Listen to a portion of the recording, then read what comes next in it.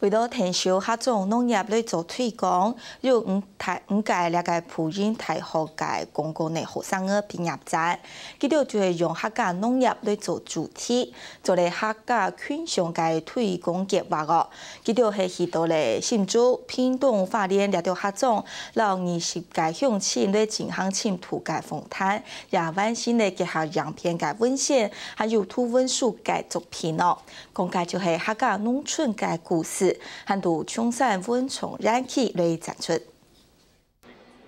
南条的茶叶、屏东的田球，头一种印地客家农村建设的明星片方，写下对亲戚朋友的祝福。透过几种的过程，本行客家民众发现客家种的奖，也是5个普音太好广告的学生的，用客家种农业做主题，为乡亲规划的客农群乡，其中一个推广计划。因为年轻的子弟就比较少留在原本的就是家乡这样子耕耘，而是到都市发展。其实他们希望说，是不是年轻的子弟们可以带着他们的知识、他们的一些学问，然后回来到就是地方乡镇做一些行销的推广。马校园系苗栗行业，必须推广客家文化，加添用客家种农业做毕业专题，邀请其他市的同学对去年9月的历史去到新竹、屏东、花莲也条客家种访问的什么乡亲的故事，对产业工艺同粮食的构图、设计样片、文献同刊物，希望大家会从事本土农业。其实农业真的才是我们人，就是我们最重要的东西。就虽然现在工商业社会，但其实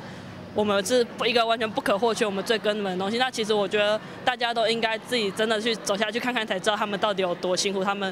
后他们人到底有多好。大帮实体访问，其他条没发现，一到客家种因为人口少少，遇到农业人力占多的问题，故所希望透过为农民举办农产义卖、全民营养站发通，为乡亲增加销售通路，未带动民众去客家种观光。第一号写客家种农业的奖，客家新闻王小康、陈凤美特别报道。